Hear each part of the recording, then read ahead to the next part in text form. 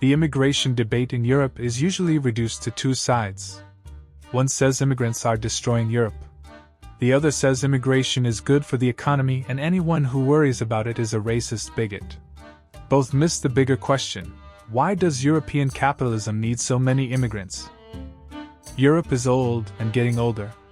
Birth rates are low and the number of retirees is growing. But somebody still has to build houses, drive trucks, clean hotels, staff hospitals and care for the elderly. Immigration provides adult workers immediately. This is why we should be suspicious of the phrase labor shortage. Employers could raise wages, improve conditions, train workers or invest in machinery. Or they can bring in workers from impoverished countries for whom the existing wage still looks attractive. Capital is always searching for a larger and more vulnerable labor pool. But immigration can create real pressure. More people need apartments, schools, hospitals, and transportation. Employers get more labor, landlords get more tenants, and businesses get more customers. If housing and public services do not expand, workers get higher rents and overcrowded services. This is also why the nationalist right can become powerful. It often begins with real problems and gives them the wrong explanation. Rents rise, schools become crowded, workers face additional competition.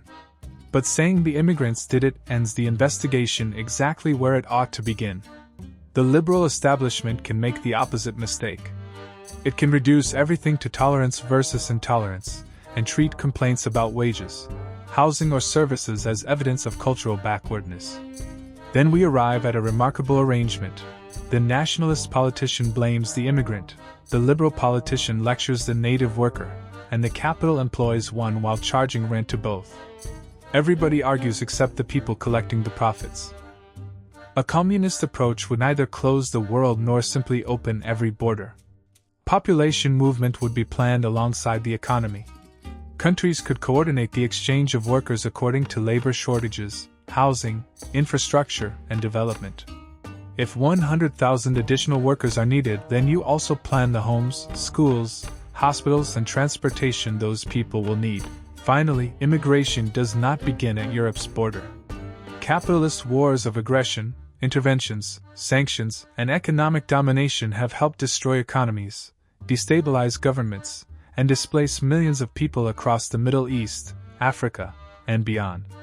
You cannot wreck countries, profit from an unequal world system, and then act shocked when people flee toward the wealthier countries at its center.